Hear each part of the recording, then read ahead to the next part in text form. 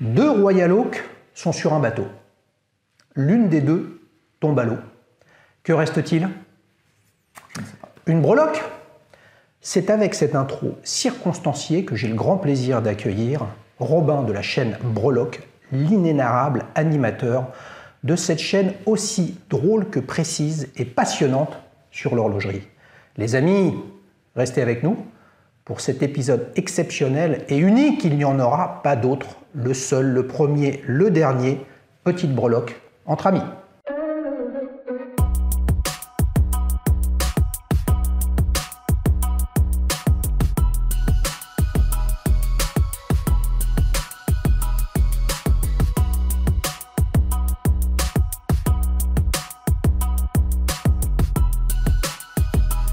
Salut Robin, ça va? Ça va très bien Xavier, merci beaucoup de me recevoir ici. Je suis super déçu les amis, je pensais qu'il allait venir en tunique, en pilote, avec son camembert, une bouteille de Romanée Conté les amis, je sais pas, en chevalier, et là walou quoi. C'est différent, voilà. Il est même venu avec 2 montres. J'ai ma Royal Oak, t'as la tienne. Absolument. On va mettre la sienne à la baille les amis, mais ça c'est pas grave. Alors fais voir l'affaire là. Xavier.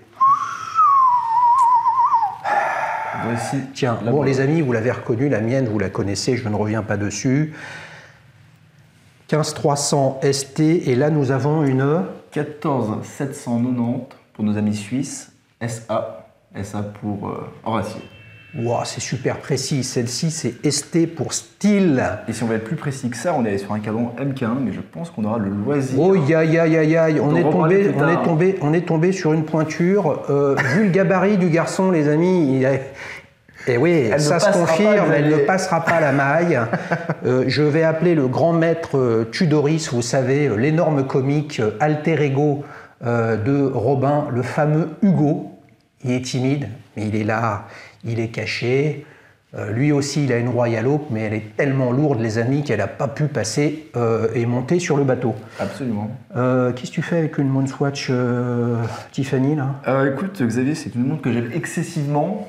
Pourquoi? Parce que malgré tout le mal qu'on puisse en dire, eh ben c'est frais. Moi, tu vois, j'aime bien, c'est pétillant. J'adore la texture de cette matière. On s'en fout, que ce soit de la biocéramique ou du plastique. C'est beau, c'est beau ce que tu dis. Je déteste la Speedmaster, donc jamais j'en achèterai une. Waouh! On va se régaler les amis. Pourquoi? Je me disais depuis tout à l'heure, elle est bizarre sa Moonswatch. Elle a un défaut la Moonswatch. Quand tu la portes, c'est que le bracelet est vraiment pas confortable. Ah oui, Et là tu as mis un truc custom. Ouais, écoute, c'est très simple parce que moi, comme toi, je trouve que le bracelet d'origine de la Moonswatch c'est une catastrophe. Et donc là, on est sur un bracelet d'une provenance. Laisse-moi essayer cette breloque. Mais je t'en prie, tu peux l'essayer en plus. Voilà les mecs, je vais pas repartir avec la Royal Oak, 90 trucs poète, ça joue les amis, moi je connais pas tout ce jargon là.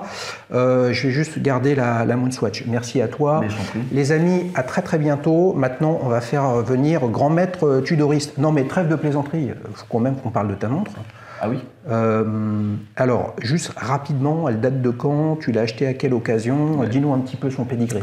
La Royal Oak, c'est une montre que j'adore plus que tout pour son design qui est fou. Hein. De toute façon, tu vas me demander un adjectif, j'imagine. Bien sûr, bien sûr, bien sûr. Que j'ai depuis bien longtemps d'ailleurs, bien avant de venir par ici, traîner mes guêtres. Et du coup, pour moi, c'est vraiment un design qui est absolument fou. Enfin, c'est les arêtes, c'est les lunettes octogonales, le cadran aussi, la petite tapisserie, le bracelet surtout. Tout est... Tout te plaît. Tu fais quoi là? Je compare les tapisseries, les amis.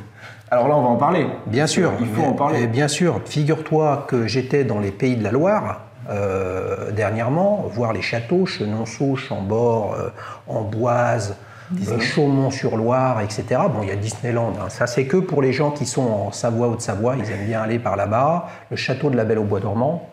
C'est le petit tacle pour les... Comment on les appelle, les gens d'Annecy?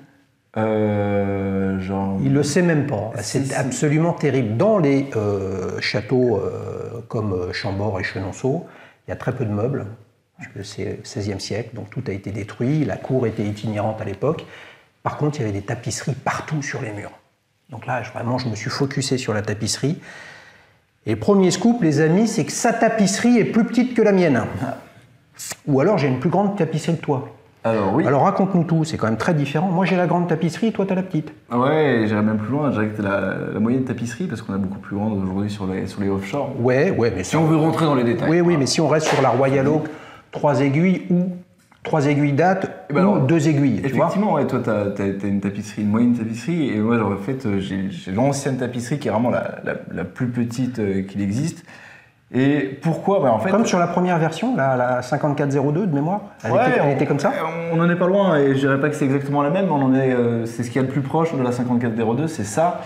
Et d'ailleurs, pour répondre à ta question que je n'ai pas répondu, pourquoi cette montre, déjà le design est fou, et j'ai toujours rêvé d'avoir une Royal Oak, et j'ai regardé les Royal Oak en acier, donc 14790, parce que la taille, en fait, ce qu'il faut chercher dans une Royal Oak selon moi, selon nous, Hugo est d'accord avec moi. T'es d'accord? Ouais. C'est la finesse. Ce qui est beau dans une Royal Oak, c'est quand tu la poses comme ça sur le poignet et qu'elle tombe. Ça, c'est beau. Ouais, alors les amis, je vais vous dire un truc. On va passer en post-production. Grand maître Tudorus, c'est un chevalier, donc il est un peu bourrin. Il a quand même un modèle offshore chronographe. Là, il n'est pas vraiment dans la ligne, quoi. Il est plutôt dans le côté un peu bestial, mais ça fait le charme aussi de toute la gamme. Nul n'est parfait. Exactement. Nul n'est parfait, c'est le. Et oui, et heureusement que nul n'est parfait, parce que sinon, quand on achète une montre, on ne serait jamais à rechercher la suivante, puisqu'on aurait la perfection. Et j'ai envie de te dire autre chose. Je pense que les montres vintage sont en fait un peu le reflet de nous-mêmes, à travers le style de montre que tu as. Et surtout, une montre vintage a toujours des défauts, un peu comme toi et moi. Et oui, parce qu'on a des défauts. Bien sûr, les amis, il n'y a rien de pire dans la vie que la perfection. C'est aussi simple que ça. Attention, sinon on s'ennuie. Ouais, mais tu vois, je la regarde là. Ok, mais elle a quand même une caractéristique très particulière. Donc là, on est en diamètre. On est 37. 37. Donc en 37, c'est quoi? Les modèles, c'est quoi? C'est 14790 les dernières? Ouais, c'est ça, ouais. On est vraiment. Les dernières. Enfin, non, les dernières. Ce format-là. Ouais, en tout cas, c'est la dernière. Parce qu'aujourd'hui, elle existe en 37. C'est peut-être 15450. Si je dis pas de bêtises, j'en sais rien. Et en fait, tu vois, justement, on reste sur du 37. Et on a une montre qui est beaucoup plus épaisse, on a une tapisserie qui est beaucoup plus grosse, et ça n'a rien à voir.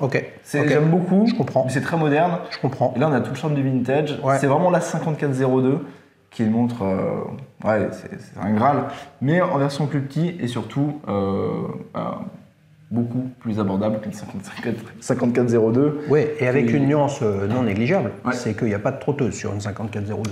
De surcroît. Voilà, alors que pas de trotteuse sur une montre. Je trouve que c'est un peu gênant. Si elle est à quartz, why not? Oui. Mais ça, c'est un truc perso, on s'en fout. En plus, c'est pas la mienne de montre, celle-là. Je sais pas le dire. Ce qu'on voit tout de suite quand même, c'est qu'elle est biton. Absolument. Donc elle est or et acier. Alors le biton, ça peut être autre chose que or et acier, mais c'est quand même souvent or et acier. En l'occurrence, plutôt acier et or. Mais ça fait mieux de mettre l'or en premier. C'est plus chic, c'est plus... parce que globalement, il y a quand même plus d'acier que d'or. Ouais. C'était un choix pour toi? Ou tu t'es dit, non, je veux une Royal Oak avec mon poignet de poulet. Voilà. Et donc, petit format, ou alors c'était or et acier comme priorité? Écoute, toujours aimé les montres en acier. J'ai toujours un petit faible pour le côté or acier, parce que petit côté un peu vintage, tu vois, t'as une vibe un peu... années 80, à l'époque c'était la tendance. Ouais. Et puis au fur et à mesure de chercher des montres, une Royal Oak en acier, en fait les prix sont stratosphériques. En fait, ça c'est un fait, moi je suis pas du genre à dire les prix sont chers, à me lamenter là-dessus. Le marché est ce qu'il est, il y a la spéculation, il y a tout ce qu'on veut, c'est pas grave. Toujours est-il, ça me dérange de mettre une belle 14790 en acier, c'est 30 minimum, et t'as pas des beaux cadrans à 30. Attends, 30 000 euros. Ouais. On est en fin de premier semestre 2023. Et à ce prix-là, t'as pas des beaux cadrans. C'est-à-dire qu'en fait, sur la 14790... C'est-à-dire qu'ils ont patiné, mais ils ont déconné. C'est pas que la patine, c'est en fait, t'as 3 générations de cadrans. Ouais. T'as le premier, t'as le MK1 avec l'ancienne police, comme celui-ci. Tu vois, ancienne police de la marque, tu veux dire? Ouais, c'est l'ancienne typo, tu vois, qui est hyper fine. Contrairement à la tienne. Ça, c'était obligatoire, comme sur la 5402, j'y tenais particulièrement. Ok. Il y a un MK1 sur une 14790, ça a été produit 1 ou 2 ans, c'est rare. Et surtout, c'est hors de prix. Mais c'est vraiment trop cher. Donc, pour une montre qui a 2-3 ans coûtait bien moins il y a 3 ans, c'était 18 000, si je dis pas de bêtises, corrige-moi. On regarde le spécialiste là, qu'est-ce qu'il dit, grand maître? Oh, même moins, il y a 5 ans. Même moins. Mais toi, tu l'as acheté il y a combien de temps? Je l'ai acheté il y a quelques mois. Oui. Il y a quelques mois, j'ai craqué parce qu'en fait, du coup, il y a un moment, j'ai commencé à arrêter mes recherches. Je voulais pas acheter parce que la 3e génération de cadran, j'aime pas du tout. C'est le short index, le MK3 où on a des index courts, une tapisserie plus grosse. Ça perd tout son charme en fait que je viens chercher dans une montre. Moi, je veux avoir cette vibe vintage. Bah moi, je suis content d'avoir les deux comme ça. Je mesure visuellement la grande différence effectivement de typo. Là, la typo que tu as d'Audemars Piguet, on est proche d'une typo bâton Arial, pour faire simple. Hein. Alors à l'époque, il n'y avait pas. Alors que là, c'est la typo moderne Audemars Piguet actuelle. Ouais. Qui est très belle, hein. Ouais, mais qui cherche à donner un style vintage dans son écriture et qui est très différent effectivement de la tienne. Mais là, on rentre dans un sujet que tout le monde n'est pas forcément intéressé ou averti sur le sujet, c'est justement toutes ces nuances. Ça, c'est des gros problèmes qui sont en fait fondamentalement... Dans notre tête. Ouais, c'est grave, faut consulter, je pense.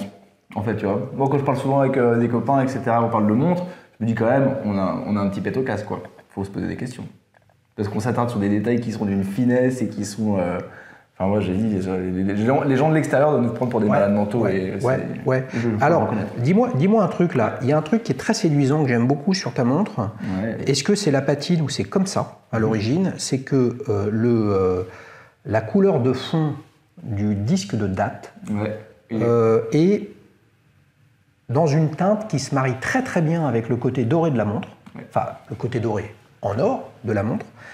Ça, c'est d'origine ou c'est un vieillissement du blanc avec le temps? Alors, en fait, ça tombe bien parce que tu me lances une perche pour parler d'un truc que j'adore. C'est ce qui est cool quand tu cherches ça, c'est de chercher une montre vintage avec ce cadran-là qui a été produit 1 an et surtout d'avoir la montre la plus originale possible, avec les pièces qui soient 100% d'origine quand la montre est sortie d'usine. Ce qui est le cas de celle-ci, sinon je ne l'aurais pas achetée. C'est-à-dire que les aiguilles sont d'origine, le cadran est d'origine, le disque de date est d'origine, donc c'est bien le disque de date d'origine. Ouais. Parce que ça arrivait de changer les mouvements dessus en service. Bien sûr.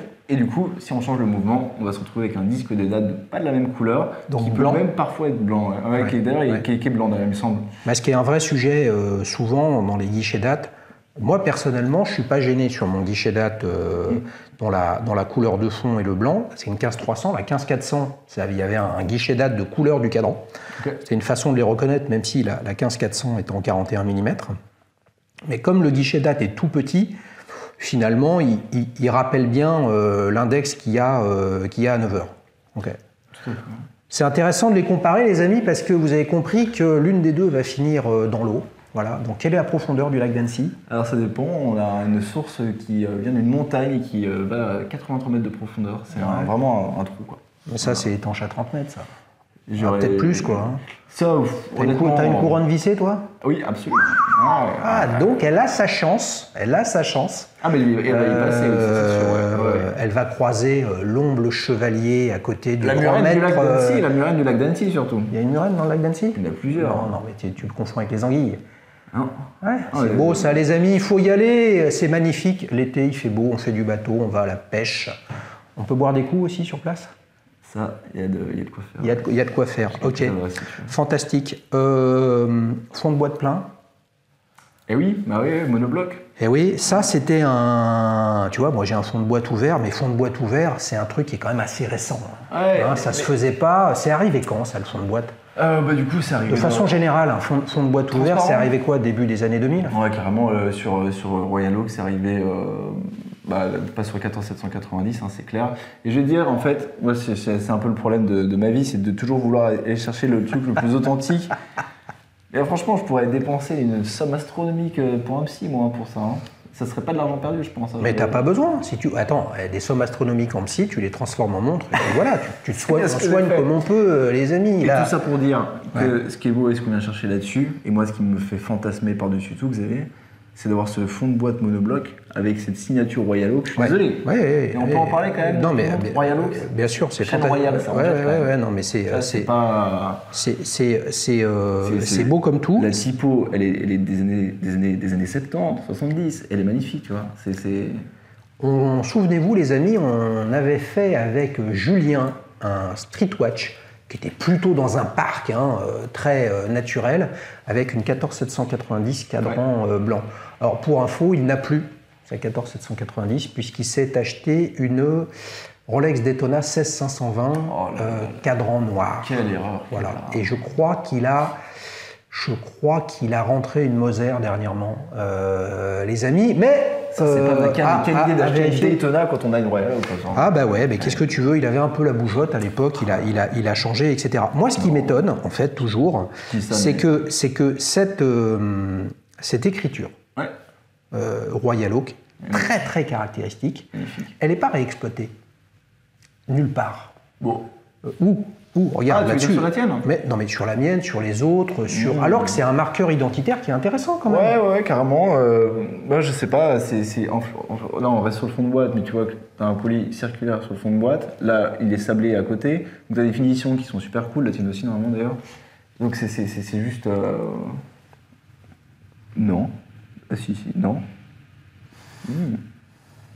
Moi je l'ai, la petite typo Royal Oak, tu vois, mais ça va pas chercher plus loin. Moi ça m'intéresse pas de voir le mouvement sur une montre. Oui, mais bon, si tu l'as... Attends, ça t'intéresse pas. Ah, il est fou le mec, comment il nous parle devant tout le monde, devant le grand maître Tudoris, là. C'est quoi cette histoire? Si vous voyez pas qui c'est, le grand maître Tudoris, rendez-vous sur la chaîne des comiques de Breloque. Voilà, Breloque. Les bras cassés. Comme ça se prononce, c'était pris bras cassés, ils ont pris Breloque à la place. Vous allez voir sur leur chaîne YouTube, vous verrez, il y a des vidéos quand même sacrément marrantes et originales. À ce rythme-là, on va revisiter toutes les grandes histoires populaires. Et je pense que ce sera l'occasion de découvrir le grand maître Tudoris sur la vidéo qu'on a consacrée aux deux plus belles nouveautés Tudor. Oui. À savoir la 54, qui est une montre vraiment géniale, je trouve. Elle est sortie cette vidéo ? Ah ouais, bien sûr, on l'a sorti une semaine voilà. après Alors vous avez deux options les amis. Soit vous allez sur la plateforme d'Alichouz, www.dalichouz.com, il y a déjà des avis sur la Black Bay 54. Ouais, là j'ai vu, ouais. Là c'est l'avis d'un client qui partage son émotion avec ses photos. Et puis après vous avez une analyse plus complète de Hugo et Robin. Ou alors je dis Robin et Hugo, mais quel est le binôme de Batman là-dedans? C'est qui Batman entre vous deux? C'est toi? Oui, parce que j'ai coutume de me déguiser en fait. Voilà, Hugo dit Batman, il parle de la Black Bay 54. Black Bay 54 et l'autre nouveauté Tudor, c'est quoi? Ça va être leur nouvelle 41, leur Black Bay avec la lunette Bordeaux, ce bracelet 5 mailles qui reprend les bracelets, un bracelet vintage, une sorte de jubilé quoi. Oui, mais une Black Bay 3. Avec le mouvement métas. Donc ils ont réduit l'épaisseur. Ils ont réduit l'épaisseur, ce qui fait qu'on a l'impression d'avoir une 58 presque. Oui. C'est surtout qu'on avait l'impression avec l'ancienne 41 d'avoir une grosse montre. Ouais, non, c'est dommage parce que c'est la 41, c'est comme ça qu'ils ont relancé la Tudor il y a 12 ans, il y a 10 ans. Mais bon. Et qu'est-ce qu'ils ont annoncé Audemars Piguet à Watch & Wonders? Ah bah rien, parce qu'ils n'étaient pas là. Ils n'étaient pas là? Ah, ils sont pas au Watch & Wonders. Ils sont pas à Watch & Wonders, mais pourtant ça fait pas partie du Swatch Group. Je crois pas, non. Ils étaient pas à Watch & Wonders? Bah non. Oh la vache! Non. C'est terrible ça. Non. Mais ils ont quand même annoncé des trucs. Mais c'est parce qu'ils ont pas que tout le monde annonce au même moment. Ils ont pas besoin de ça. Ils ont pas besoin de ça? Ben oui, ils ont pas besoin de ça parce que... C'est un régal d'aller voir au Watch & Wonders, c'est sûr. Mais non, c'est comme ça. Quel est le petit détail que tu préfères?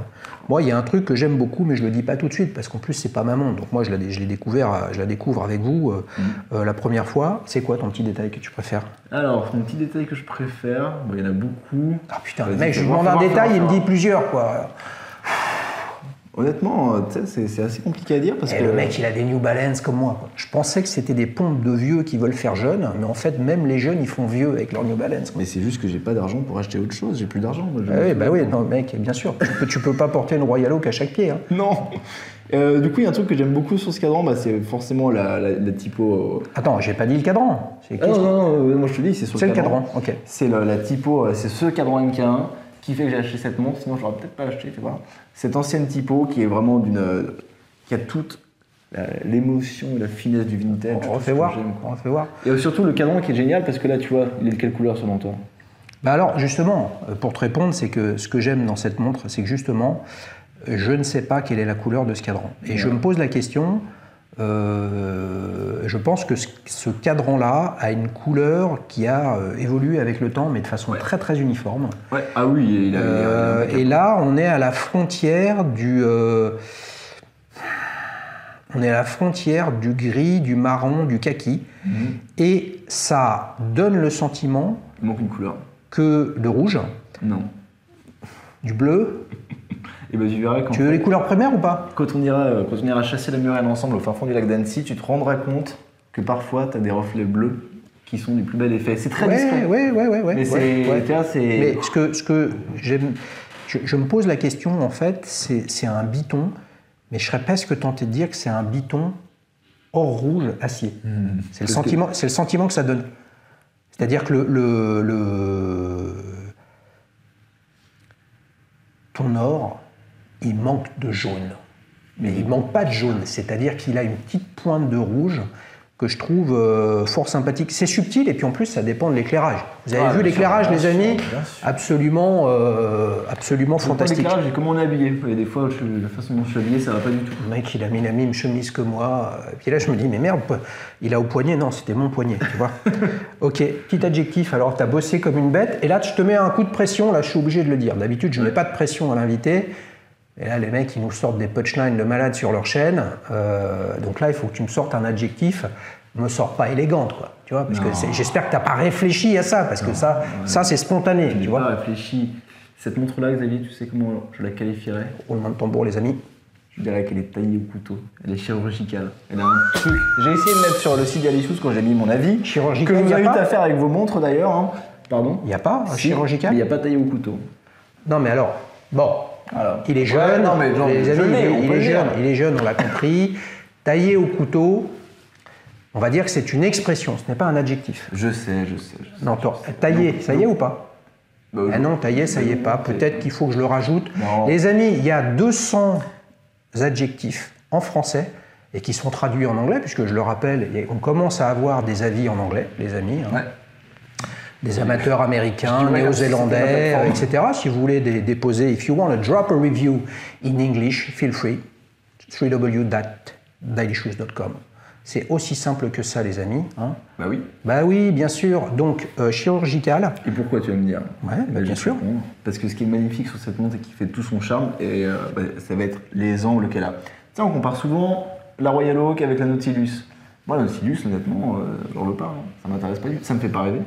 Et je préfère 1000 fois ça parce que ça, c'est. Voilà, tu vois, t'as ces arêtes, t'as ces flancs, t'as cette lunette octogonale. C'est trop bon. Les maillons, comment ils sont, et même des fois, quand elles sont, tu vois, tout dépend, tu passes ton doigt, elle est presque un peu coupante. Bien sûr. Et ça, qu'est-ce que c'est? Bien sûr, c'est une très très grande différence avec la Royal Oak avec la Nautilus qui est ni ronde, ni carrée, ni ovale. Mais là, on a quelque chose de scintillant, pétillant, éclatant, parce que je ne sais pas si on fait le compte honnêtement du nombre de facettes à tout point de vue sur chaque pièce de la montre, avec bracelet compris, on est sur plusieurs centaines. Et quand tu tournes le bracelet comme ça au soleil, tu as les reflets, mais c'est super beau. Quoi. Les amis, c'est une love story possible. Elle a un énorme défaut, cette montre. On en parlera plus tard, si je peux me permettre, même si elle a beaucoup de qualité. Mais non, moi j'adore, tu vois, ce côté très... Et pour la petite anecdote, il y a 7-8 ans, moi la Royal Oak c'était la montre de footballeur par excellence, donc une montre plutôt dégueulasse et plutôt de mauvais goût. Et à l'époque, si j'avais l'intelligence de voir un peu plus loin que ça, j'aurais peut-être pu en trouver une à un prix. Moi, j'ai envie de réagir à ce que tu dis parce que. En fait, je me suis trompé, c'est pas du tout la montre de footballeur. Voilà, enfin, t'en as quoi, genre. Non, mais j'en ai pas le souvenir de ce que tu dis, mais ça, c'est pas grave en soi. Tu vois, pour moi, c'est. Ah ouais, mais là, on peut pas dire du mal de Hugo, le grand maître, parce qu'il a quand même une grosse montre, il est balèze. Et pas que. Dire très clairement. Non, mais moi, ce que je trouve intéressant dans la discussion, si tu me permets, c'est que tu pensais ça à l'époque. Ouais. Aujourd'hui, on va pas se mentir, dans l'espèce d'inconscient nourri par parfois la pauvreté intellectuelle de ce qu'on nous raconte sur les réseaux sociaux, le sponsor de la FIFA et ou de l'UEFA, c'est Hublot, qui a beaucoup de footballeurs comme partenaire, comme ambassadeur. Ouais, ben ça, c'est en 2020. Là, tu parles d'un truc en 2010. Les amis, on en reparlera en 2040 quand on se dira « Ouais, mais en fait, purée, il y a des trucs chez Hublot, etc. » Et puis peut-être qu'on se dira « Mon Dieu, qu'est-ce que ça a vieilli ?» Et honnêtement, je ne sais pas si c'est peu probable ou non. Il faut regarder ça en vrai, en se projetant sur le futur, en regardant ce qui se passe aujourd'hui et dans le passé. Honnêtement, je suis sûr, tiens, j'en suis absolument sûr. Demain, je te trouve une Hublot MDM, les toutes premières désignées par Marco Crocco. Tu vas me dire, c'est de la balle. Bah, bien sûr, c'était l'arrivée des matériaux céramiques, du caoutchouc super épuré, et c'était un Hublot, hein, comme ça. Ouais. Et puis, bah, c'est devenu autre chose. Et ce qui est drôle, et ça j'aime bien, ce qui est drôle, c'est que la légende vivante de l'horlogerie suisse, encensée par tout le monde, à juste titre, pour plein de raisons, c'est Jean-Claude Biver. Mais les mêmes qui l'encensent, derrière, qu'est-ce qu'ils passent? Ils passent leur temps à raconter que Hublot, c'est la pire des daubes et c'est le pire des trucs. Le fait d'armes, quand même, parmi plein d'autres, est quand même central de Jean-Claude Biver, c'est d'avoir fait de Hublot un truc qui allait crever avec à la fin de la crise du quartz et qui n'arrivait pas à ressortir, etc. En faire une machine de guerre. Et une marque qui est absolument fantastique. C'est absolument fantastique ce qu'ils font. Laissez-leur du temps et vous verrez que dans 10, 15, 20 ans, quand ils auront racheté des fournisseurs, comme l'ont fait toutes les marques, bah, tout d'un coup, en fait, c'est eux qui font leur truc. Je vous rappelle que la plus grande marque au monde, jusqu'à l'an 2000, tout était sous-traité, puis comme ils ont racheté tous leurs sous-traitants, tout est devenu manufacture. Je veux dire, c'est ça l'industrie suisse. Ouais, mais le truc qui me dérange un peu, c'est que dans 10 ans, on en reparlera. Alors, en tout cas, ce qui est sûr, c'est que les goûts évoluent, tu vois. Ça c'est intéressant de le dire. C'est qu'aujourd'hui, la Royal Oak, bah, je kiffe. Peut-être que dans 5 ans, je voudrais plus l'avoir. Et je suis très à l'aise avec ça parce que, bon, c'est comme ça, en fait. Il faut s'habituer. J'avais rêvé d'avoir certaines montres, je les ai eues, je les ai revendues. Bah, c'est la vie. Mais par contre, pour venir sur le Hublot, quand même, parce que là, tu touches une corde sensible, c'est peut-être que dans 10 ans, ça sera à la mode. Ça sera hyper tendance, mais dans 10 ans, tu auras toujours un SW300 à l'intérieur, dans une montre qui coûte 1000 balles aujourd'hui. Et ça, en vrai, c'est... On parle de la Moonswatch, etc. Je suis pas d'accord. Dans 10 ans, peut-être que Hublot, avec LVMH, aura racheté X, Y ou Z, et ainsi de suite. Mais celles qui sont sorties d'aujourd'hui, elles seront toujours avec le SW300. Peut-être que dans 10 ans, elles changeront, tu vois. Mais je trouve que... Et qu'est-ce qu'il y a dans les Tudor il y a 20 ans? Il y avait quoi? On est bien d'accord. On est bien d'accord. Sauf qu'une Tudor, il y a 10 ans, quand ils avaient un ETA sur la Black Bay 41, ça valait 2000 balles. Oui, d'accord, mais là tu rajoutes. Ok, donc ça veut donc bien dire qu'il faut regarder tout ça avec une trajectoire. Je suis désolé, mais. Faut regarder la dynamique et pas simplement la photographie. Ouais, mais moi, la photographie qu'on fait aujourd'hui, c'est qu'on est quand même sur une montre d'un budget de 1000 €, qui a un mouvement pas très prestigieux. Et qu'on se rend compte qu'en fait, c'est pas terrible, quoi. Moi, j'ai aucun problème d'avoir un SW200, ça me dérange absolument pas. Attends, qu'on s'entende, les amis, je me vois pas avec une Hublot. Je les défends dans le sens où ils sont attaqués injustement. Si on attaque Hublot pour toutes les raisons que tu viens de donner, là, il faut attaquer 99% des marques. 1000% d'accord avec toi. Bon, voilà. Donc il va se calmer, le mec, sinon moi aussi... Je sors mon épée du fourreau, et là, ça va chauffer. C'est très contradictoire avec ce qu'on peut dire d'habitude sur notre chaîne, c'est qu'il y a toujours une sorte de masturbation intellectuelle sur le mouvement manuf, etc. Au final, c'est le dernier de nos soucis, c'est pas forcément très intéressant. C'est juste que pour moi, il y a quand même un moment où il faut que ce soit un peu cohérent, et payer un mouvement manuf totalement foireux, je trouve que ça n'a aucun intérêt. C'est un petit kiff, allez, pourquoi pas. Mais par contre, payer un mouvement... un W300 assez cher, tu vois, c'est... Mais après... Attends, excuse-moi, juste que je comprenne un truc. Ouais. Dans une Tudor avec un mouvement manufacture, il est manufacture le mouvement? Comment ça? Il est fait chez qui? Il n'est pas fait chez Tudor? Il est fait chez Kenissi. Bien. Donc c'est les mêmes qu'il y a chez Chanel et le manufacture de Bell & Ross. Mais c'est qui Kenissi? C'est une structure qui a été créée avec plusieurs actionnaires, dont Tudor. Oui, c'est ça. Ouais. Non mais alors donc, vous voyez bien, la question c'est qu'est-ce qu'un mouvement manufacture?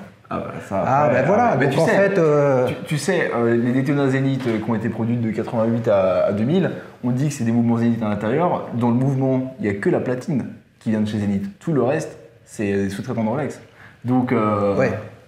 Là, on touche à un truc qui est vraiment... tu vois, en fait, on peut te remettre en question, quoi. Exactement, c'est pour ça qu'il ne faut pas se tromper dans comment dire, l'affirmation. Ouais, carrément. Je veux dire, les boîtiers, couronnes, cadrans, aiguilles, bracelets de Rolex des années 50 jusqu'en 2000, tout était sous-traité. Mais très tôt, dès le début des années 60, Rolex est devenu principal client unique, et faire que Rolex Bienne a été racheté par la fondation Wilsdorf, et donc ils ont racheté Bonici, ils ont racheté Spillman, ils ont racheté Geffrer, etc., etc. Donc ça, c'est une trajectoire horlogère qu'il faut comprendre et qu'il faut regarder, et qui fait qu'aujourd'hui Rolex, ils peuvent dire qu'ils fabriquent tout. Mais ils fabriquent tout, mais ils y sont venus petit à petit, en étant toujours très très bons, très exigeants avec leurs fournisseurs, et petit à petit, ils ont racheté tous leurs fournisseurs. Voilà. Donc en fait, si tu prends Zenith, Zenith, ils ont racheté le fabricant de chronographes qui s'appelait à l'époque, je ne me souviens plus, et qui travaillait également avec Universal Genève. Les calibres Rolex historiques qui étaient détenus par la famille Borer, eh bien, c'était l'horloger Jean Egler qui les faisait. Okay. Et donc, en fait, l'origine de tout ça, c'est comme Audemars Piguet avec Renaud Papy. C'est pareil, à un moment ou un autre, l'industrie suisse, c'est une affaire de partenariat. Bien sûr. Bien sûr. Ah, je bosse avec un tel, et puis à un moment ou un autre, j'acquiers des compétences, je les intègre, et je phagocyte mon réseau de partenaires, et puis je deviens une manufacture. Donc en fait, une manufacture, personne ne naît manufacture. Mais bien sûr, mais pour ça, pour terminer et clore le sujet sur Hublot, en vrai, c'est juste que, ouais, je sais pas, après, il y a tellement de... C'est une marque si controversée. Moi, c'est vrai que le design aujourd'hui... Bah, c'est pas son truc. T'as un poignet de poulet. Il y a des personnes qui aiment Hublot, et tant mieux pour eux. Moi, c'est pas mon cas. Après, est-ce que j'ai craché dessus? Oui, je trouve que ça peut paraître un peu cher, mais en fait, si on commence à regarder ça, tout est cher. Moi, pour être tout à fait... le fond de ma pensée, c'est à partir de 1 000 €, c'est déjà cher de mettre 1 000 € dans une montre. C'est un objet qui est inutile. Bah, et puis tu dis 1 000 € par rapport à qui tu es, ton niveau de vie, ton truc, etc. Non mais attends, bouge pas. Quelqu'un qui est smicard, quelqu'un qui gagne 1 500 balles par mois. C'est clair. Donc en fait, la question de prix, chacun voit midi à sa porte. Donc est-ce que ça nous nourrit intellectuellement? Vous avez vu, les amis, ça fait 2 heures qu'on est sur un bateau. Pour savoir laquelle des Royal Oak va passer dans le lac d'Annecy. Bah, tu peux compter sur moi pour la mettre. Non, mais bien sûr, mais attends, tu sais, quand je regarde ça, la tienne fait 37, enfin, elle est qualifiée de 37. Ouais, la mienne est en 39, 2 mm de plus. Franchement, t'as vu l'écart de dingue. Après, ça dépend toujours si on prend la couronne ou pas. Hein. Non, mais ce que je veux dire, c'est que 2 mm, c'est ça, les mecs, c'est-à-dire que c'est tout petit, et là, quand tu les regardes, t'as l'impression qu'il y a 1 cm d'écart. Ouais, mais c'est la proportion aussi de la lunette. La lunette, elle est plus grosse, tout est un peu... Oui, et comme quoi 1 mm parfois ou 2 sur une montre, ça fait beaucoup. Ah ouais, les amis, on se régale. Vous savez quoi, on va enchaîner. Je sens qu'il va nous raconter un truc, comment il est devenu chevalier de la table ronde avec le grand maître Tudoris. On enchaîne pour la séquence Souvenir. Alors, Robin, quel âge as-tu? 26. Ouais. C'est beau ça.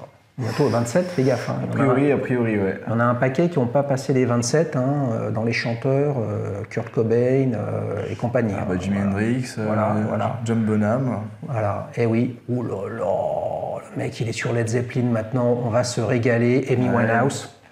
Ouais, moi ma cam. C'est moi ta cam? Écoutez, c'est pas grave. On fera petite chanson entre amis ultérieurement. Comment t'es venu à aimer ces trucs qui nous rongent le cerveau là? Bazar de montres et tout ça. Je pense que ça m'avait pris quand j'avais 8 ans à peu près. Ouais. Même plus ça. Je pense qu'on m'avait offert une Festina Tour de France 2000. Allez, Richard. Ouais, il est trop jeune. Richard Virenque. Ok. Festina, Tour de France, Richard Virenque. C'est pas grave. C'est pas grave. Oui, bien sûr. Je vais le mettre en intro, les mecs. Festina Quartz, chronographe. Ouais, c'est ça. Et puis, toujours porter ma montre, je la quittais jamais. Et puis, putain, un moment, ça passe, j'ai toujours ma montre, j'arrive, je commence à 14 ans, 16 ans. À l'époque, je bossais tous les étés comme un malade mental. Et dans le resto où je bossais, il y avait un cuisinier, sa femme elle bossait chez Rolex, et il avait une Submariner. Et moi... Et t'as eu une montre de faveur. Bon, en fait, il est là, il est avec sa sub, et je dis « Ah, c'est ça une Rolex? Genre, je peux l'avoir ?» Et il me fait « Non. » Et je me dis « Ah ouais, en fait, déjà, c'est pas si difficile, enfin c'est pas si difficile, c'est pas qu'un truc qui est extraterrestre d'avoir une Rolex, mais en plus, enfin genre, il y a un truc en plus, parce qu'il veut pas me la passer, c'est qu'il y a quelque chose derrière, tu vois. Bon, en réalité, il suffit d'en acheter une pour se rendre compte que ça change rien et qu'il n'y a rien derrière. Mais quand même. Et du coup, la Submariner, qu'est-ce que c'est? Parce que moi, je portais une montre, mais tu vois, sans véritable passion, je portais ça parce que j'aimais avoir une montre. Et du coup, bah là, Submariner. Et puis en fait, tu plonges, sacré jeu de mots, hein, parce que c'est... Non, ils sont bons les mecs, ils produisent du contenu, on a bien compris qu'ils savaient raconter des histoires. Et comment on fait pour écouter vos histoires et vos âneries? On va sur la chaîne Breloque, bien sûr, et sur Instagram. Voilà, Breloque entre amis, ils ne sont que deux amis, Robin qui est là et son alter ego, Hugo il est caché, il est timide, mais il a une Royal Oak Offshore qui est absolument monstrueuse, donc il veut pas qu'on le voit avec au poignet. Je la fais défiler pour que vous compreniez bien que la bestiole était là, quoi. Et ouais, d'accord, mais donc en fait, t'as eu la petite graine Rolex? Mais de toute façon, moi, je suis un fanatique de Rolex. Mais Rolex, les belles années selon moi. Aujourd'hui, il y a très peu de monde chez Rolex qui me donne envie. Ils ont fait un lancement quand même sympa. Non, mais en Watch and Wonders cette année. C'est toujours des belles montres. Je dirais jamais que c'est des montres qui sont pas belles. Ça, je pourrais jamais le dire parce que ce sont des montres qui sont belles, qui sont fiables, qui sont tout ce qu'on veut. On peut tout leur dire. Superlatif à tous les points de vue. Ouais, franchement, pour moi, il n'y a pas de. J'ai jamais compris cet acharnement que les gens peuvent avoir sur Rolex. Il y a certains d'ailleurs des personnes qui font des vidéos sur YouTube, mais quand j'ai vu l'acharnement sur Rolex, j'ai trouvé ça risible. Ouais, mais ils ne le pensent pas, ce qu'ils disent. Mais c'est pas ça, c'est juste en fait... C'est que ça fait des vues, donc ils le disent. Mais c'est d'une tristesse. En fait, moi je comprends qu'on puisse ne pas aimer l'image qu'il y a autour. Ça, tu vois, je peux comprendre. Mais derrière, tu te rends compte quand même que c'était pas les premiers à faire ça, mais ils ont bâti un truc, un design absolument fou, et puis ils n'en ont pas fait qu'un seul, parce qu'on a eu la suite. Je sens que je vais le chauffer. Je peux le chauffer, Hugo, ou pas, là? Ouais, je peux le chauffer. Non, je vais le chauffer un petit peu. Allez, vas-y. J'ai pas regardé toute la vidéo sur la Rolex Daytona Paul Newman avec une Porsche. La nôtre? Ouais. Ah, je l'ai pas regardé en entier. J'ai pas tout vu. Je me suis juste dit, il y a une petite faute de goût. Il y a une petite faute de goût, les mecs. Vous avez sorti c'était quoi, une 991? 992. Ouais, 992. Il fallait une classique ou une classe G. Mais ça, c'est pas grave. Je leur en veux pas, les amis. Absolument, il n'y a pas de souci. Non, ce que je voulais dire pour te chauffer un petit peu, c'est que le titre de ta vidéo. Mais il a changé. Non, mais d'accord. Non, mais c'était de dire que tu étais déçu de la Daytona. Mais oui, parce qu'en fait, c'est ça aussi qui est important de le dire, c'est qu'on a beau parler de montres qui coûtent 300 000 ou ce que tu veux, 500 000, etc. Il y a un moment, moi, ça me fait pas du tout rêver une montre qui coûte... de toute façon, les montres que je peux pas me payer me font pas rêver. Voilà, c'est terminé parce que je peux pas me payer. Ouais, bien sûr. Pas. Donc j'essaie de toujours voir un peu dans mon scope et moyen terme. Est-ce que tu étais vraiment déçu? Mais en fait, oui, parce que moi, ce que j'aime, c'est porter mes montres. Je les porte assez souvent. Et d'ailleurs, c'est un défaut de cette montre, c'est que je peux pas la porter souvent. Parce que c'est trop fragile. Tu vois? Moi, hier soir, je dansais Claude François à 4h du matin. Et ben, je lui ai mis un petit pet. Et c'est la seule montre où je suis hyper soigneux parce que une Royal Oak, c'est beau quand c'est pas patiné. Alors que ma Submariner, elle peut être rincée. Dans 10 ans, dans 15 ans, il racontera à ses enfants la veille ou le jour même, parce que c'était à 4h du matin, les enfants.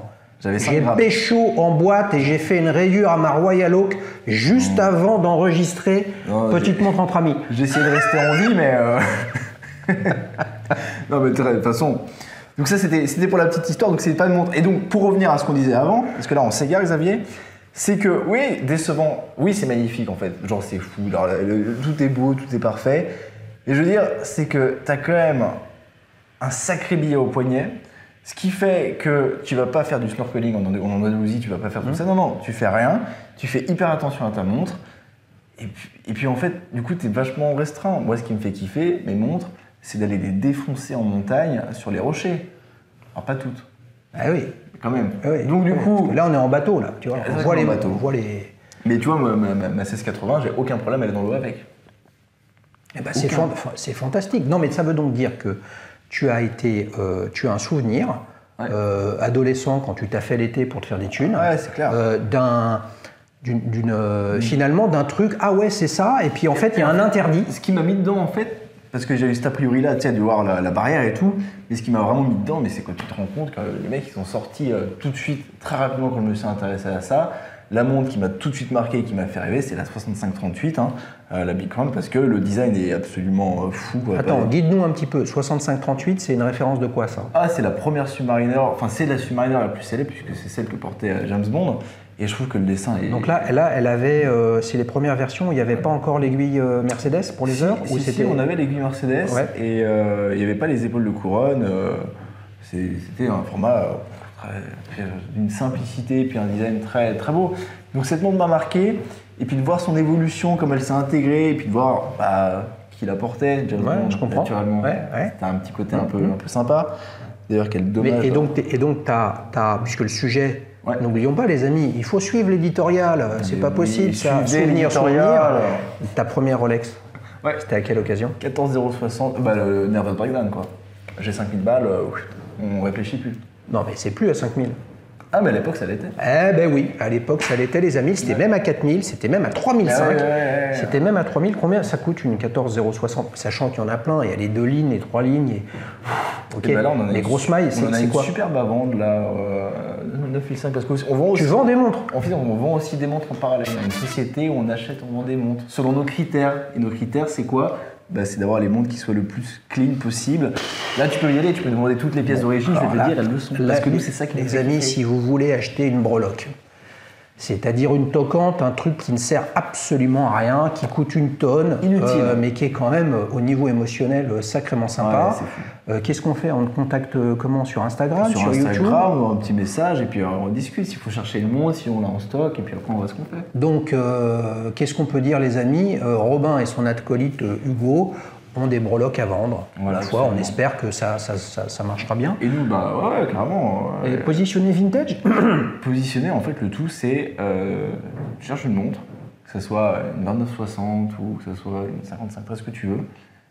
Dans 5513, on voit bien, les amis, on en a eu une avec Benjamin dans Streetwatch, donc Rolex Submariner. Donc si je ne dis pas sans date, c'est que c'est une Rolex Submariner, puisque Rolex Submariner, il n'y a pas de date, on va le redire une nouvelle fois. L'autre référence dont tu as parlé, ça ne me dit rien, 2960, tu dis? Cartier. C'est quoi? Cartier.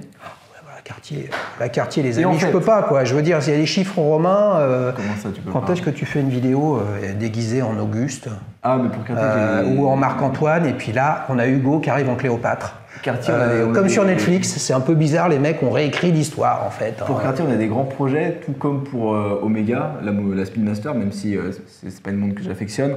On cherche une fusée, si quelqu'un peut nous en prêter une navette spatiale, dans une après-midi, quoi. Genre. Alors, il y en a une qui est partie il y a à peu près 15 jours, au moment de l'enregistrement. Le problème, c'est qu'elle est devenue folle, partie dans tous les sens. Ils ont dû appuyer sur le bouton pour la faire exploser. Appelle le professeur Tournesol, peut-être qu'il a une petite... Tournesol, très bien. Il a peut-être une... oui, Objectif ça. une. Bien sûr, tu fais ça. Franchement, par contre, attention, chez Dargaud, de mémoire, qui est l'ayant droit d'Hergé, ils sont très très très chauds sur l'utilisation de leur nom. Donc si tu sors un truc sur des fusées, je te conseille de ne pas trop utiliser Tintin. Je m'abstiens. T'avais pas l'intention? Non, on a déjà assez de... Ok. Avant d'arriver sur cette Royal Oak, t'as eu quoi d'autre? Moi j'ai eu Rolex. Parce que une. Non. Une. Ah non, parce que moi du coup je suis rentré dedans, et puis très rapidement, 14060, c'est une Submariner sans date avec 2 lignes. 2 lignes, on s'ennuie. Je m'ennuie. Parce que je peux comprendre on aime la simplicité de ce cadran, et moi je l'ai trouvé trop simple. Et en plus, sur moi, je suis un éternel insatisfait, j'ai toujours besoin de découvrir des choses. Donc tu l'as revendu? Bien sûr. Parce que c'est du matériel, c'est un morceau d'acier, moi je m'attache pas à ça. Demain, il faut la vendre, je la vends. Donc tu as vendu la 14060 et tu as racheté quoi d'autre alors? T'as racheté quoi à la place? Si tu te souviens. J'ai acheté un truc dont je suis pas fier aujourd'hui. C'est une Submariner céramique. J'ai cru qu'il allait me dire une Hublot Big Bang. Et là, franchement, même Hugo, il est à 2 doigts d'être écroulé de rire. Non, je déconne. T'as acheté quoi? En fait, moi, j'ai besoin de découvrir pour me faire mon avis. Ouais, tu vois, t'as acheté quoi? Je déteste les gens qui... Non, il est en train de ramer, il veut pas le dire, là. Mais laisse-moi parler. Je déteste les gens qui disent, ouais, cette montre, elle est pas terrible, etc. Il l'a portée 2 soirs, 2 minutes à une soirée un peu bourrée. Bah, normal, qu'est-ce que t'en sais? Il faut se faire son avis, et pour ça, bah, il faut avoir les montres, tu vois. Bah oui. Moi, je ne parlerai pas d'une montre que j'ai pas portée. Bah les amis, mais qu'est-ce que vous voulez que je vous dise? C'est ça Dali Shoes depuis le début. C'est celui qui a une montre, qui l'a, qui peut en parler. Mais si c'est celui qui la vend, il a un intérêt à bien en parler. Ah bah ça c'est sûr. Si c'est celui qui l'a reçu parce qu'on lui a prêté, bah il va brasser un petit peu, je sais pas trop quoi. Moi, je pense qu'il faut avoir le temps, prendre le temps. Ouais. Il faut avoir rêvé, il faut avoir économisé, il faut l'acheter, il faut avoir été déçu, il faut la détester pour de nouveau l'aimer. Et puis là, on peut avoir un avis qui tient la route. Rendez-vous sur www.dalishoes.com, les amis, si vous êtes convaincus que ça. Mais ça, c'est sûr. Et du coup... Mais c'est quoi cette montre? Bon, c'est une Submariner céramique, une 116-610 LN, qui était... Voilà, en fait, il fallait passer par là. J'avais envie de voir. Effectivement, c'est une très belle montre. Les choses qui sont bien. Mais après... T'as un trop petit poignet pour ça. Non, mais tu sais, c'est pas la taille qui compte, hein. Ça sera coupé, ça aussi. Ouais. Quelle horreur. C'est horrible ce que je viens de dire. Ah non, mais on coupe rien, les amis, dans Dali Shoes. Donc, je vais même lancer ma chaîne TikTok avec ce verbatim de toute l'équipe de Breloque, parce que là, il y a le grand maître Tudoris qui est écroulé de rire. Bras cassés. Non, mais attends, tu l'as gardé combien de temps cette... 6 mois. Même pas. Qu'est-ce qui t'a pas plu? Ah, ça t'a pas plu beaucoup? Non, mais plus concrètement. Qu'est-ce qui me plaît pas? Et ce qui me plaît pas, et en fait tu vas comprendre après parce que c'est le virage à 360 degrés qui m'a mis dans le monde aujourd'hui où je suis le plus épanoui, c'est-à-dire le vintage. Qu'est-ce qu'il y a? C'est des montres superbes à bien des égards et on peut pas trouver de défaut parce qu'il n'y en a pas. Tu vois, c'est parfait. C'est clinique, etc. Ouais. Mais ce qui me manque et ce qui fait que ça me met le tricotin le matin quand je l'enfile, c'est ce petit supplément, cette singularité. Ça veut dire que demain, on va faire un tour dans la rue, on va récupérer 250 116-610 LN, on les met côte à côte, toutes les mêmes. Fondamentalement, il n'y a pas de différence notable. C'est là où moi, je suis passé ensuite dans le monde du vintage, 55-13, cadran mat. Et bon, bah là aussi, j'ai revendu, mais j'ai gardé longtemps, parce que... Enfin, pour moi, j'ai gardé longtemps, parce que cadran de ligne, pareil, c'était trop simple. Mais ce que j'ai aimé là-dedans, et ce qui fait qu'aujourd'hui, c'est ça, c'est que bah, tu as 55-13, tu en reprends 200, tu les mets côte à côte, on n'a pas une pareille. Ah bah oui. Et du coup, oui. Tiens, tu vois, mais ça c'est la 55-13 de Michel. Bah voilà, bah, on est au cœur du sujet. Ça, c'est bon. Et ça a une singularité, et au-delà de ça, ça a surtout des proportions, ça a des designs, et surtout en termes d'histoire, ces montres-là, à l'époque, elles étaient utilisées pour chasser les murènes, et ça c'est cool. Alors qu'aujourd'hui, les 116-610, il y en a très peu qui sont allés chasser des murènes.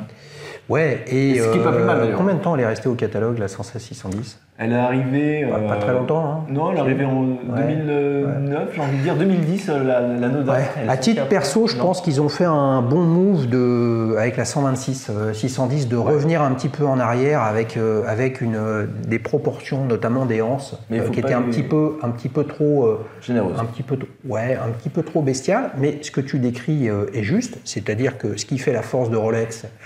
à tout point de vue, puisque tout ce qu'ils font, c'est que le top niveau. Mais bien sûr.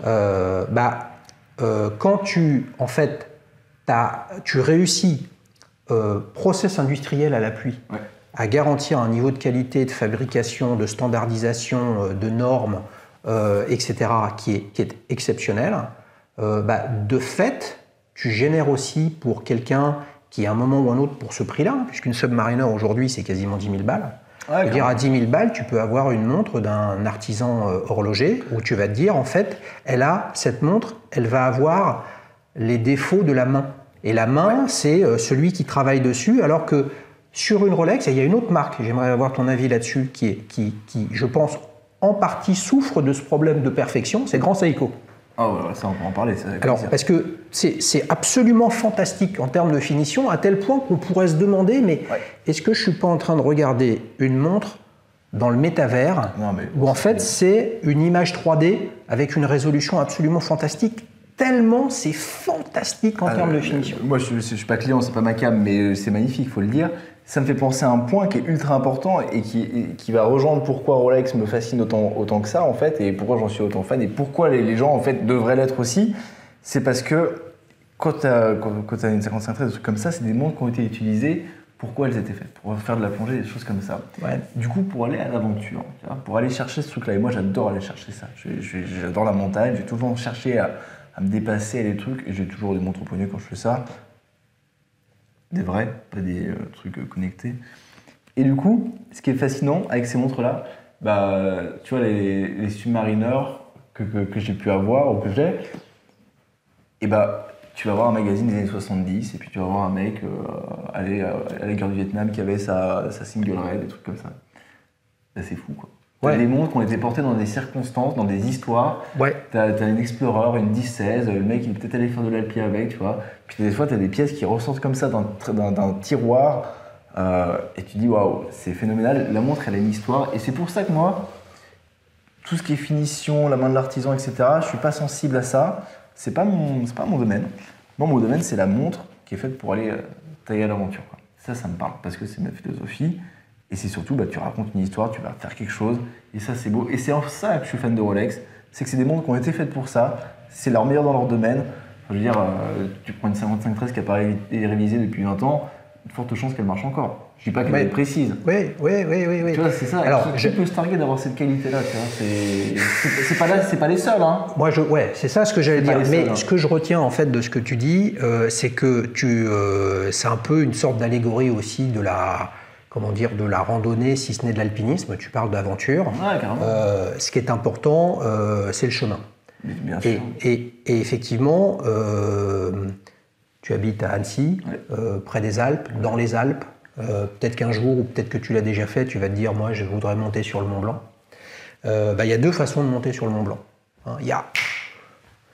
Je me fais emmener en hélicoptère, truc machin, ou je sais pas quoi. Je me fais porter par quelqu'un, et auquel cas, j'aurais fait le Mont Blanc, mais je n'aurais pas fait le chemin. Et puis après, il y a le chemin, le risque, l'abnégation, l'échec, la renonciation et le bonheur d'y être arrivé.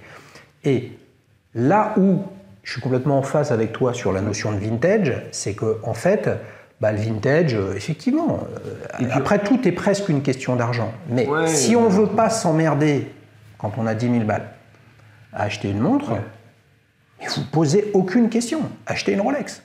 Vous aurez la qualité, la finition, le design, le côté intemporel, la prise de valeur patrimoniale, etc. Mais par contre, qu'est-ce qu'il y a comme chemin ? Si vous vous en foutez, vous avez raison.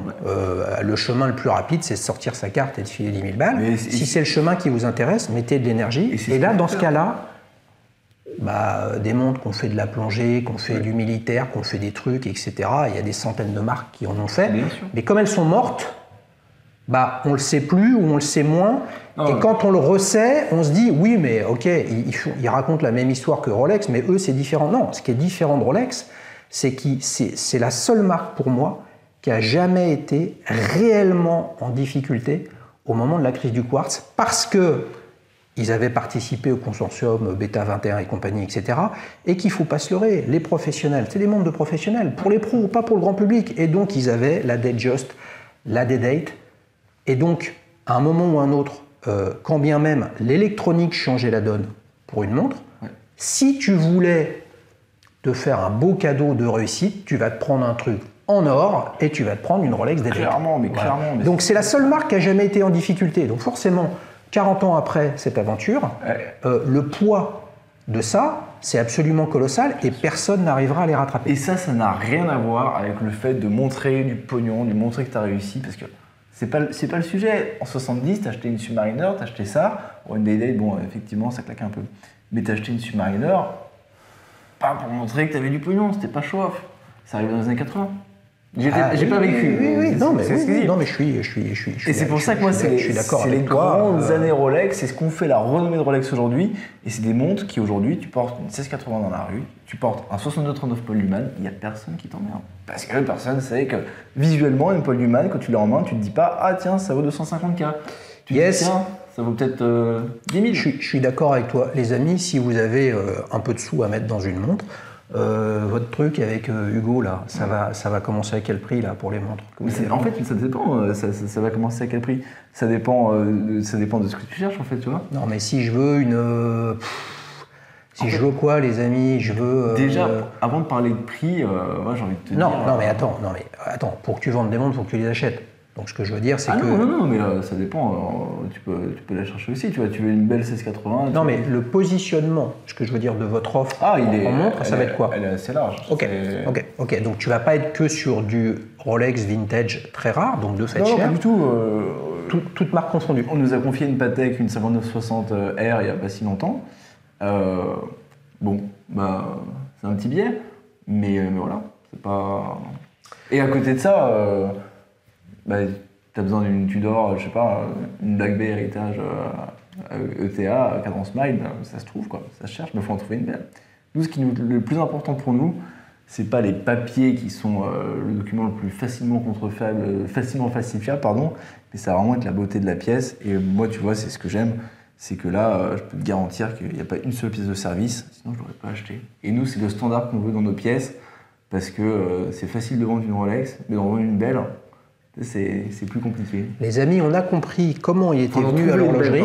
Comment ? D'en trouver une belle, c'est pas compliqué. On a compris comment Robin était venu à l'horlogerie, on a compris que son futur, entre guillemets, professionnel, c'était pas uniquement de nous faire marrer avec son acolyte Hugo sur la chaîne Breloque, mais c'était de proposer aussi des montres en vente. Maintenant, si on revient sur un sujet plus personnel pour conclure, est-ce que tu as quelque chose là dans le tuyau, quelque chose qui te fait rêver comme prochaine montre? Et ce que je te propose, c'est que si tu en as pas, est-ce qu'il y a un truc qui te...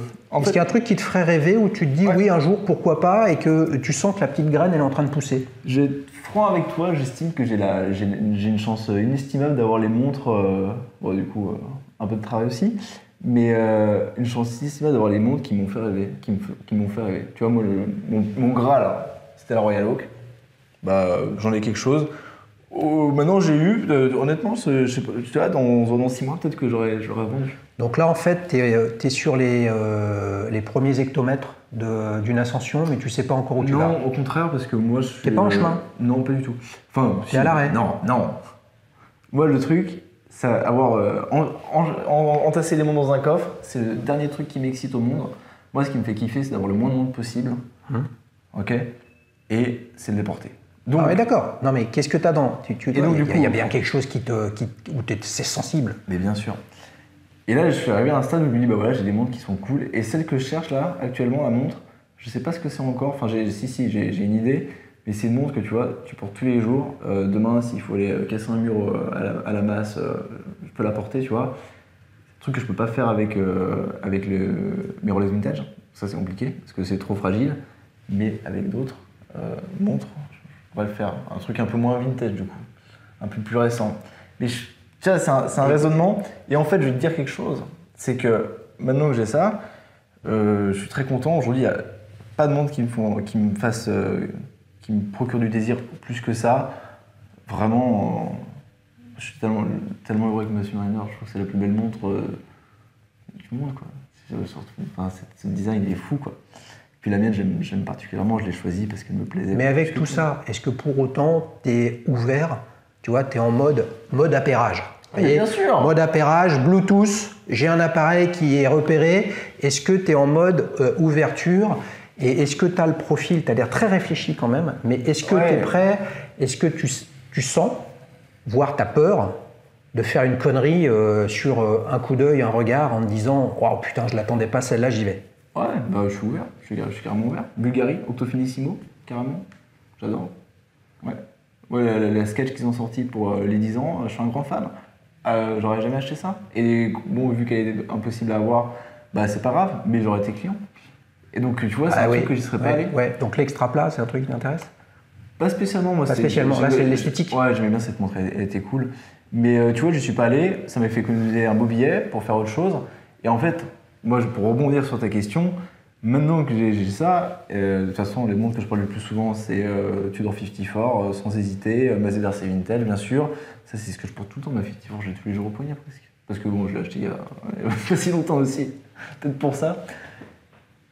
Et du coup, ce qui me fait réellement rêver aujourd'hui, c'est de mettre en application tout ce qu'on défend sur Breloque, notre chaîne. Ouais. C'est de dire, une montre, c'est pas des stickers, c'est pas un coffre, elle a sa place sur le terrain, à l'aventure. Et moi, j'ai qu'une seule envie là, c'est d'acheter un Defender et de casser l'autre bout du monde pour faire des aventures avec ma Tudor 54 ou j'en sais rien.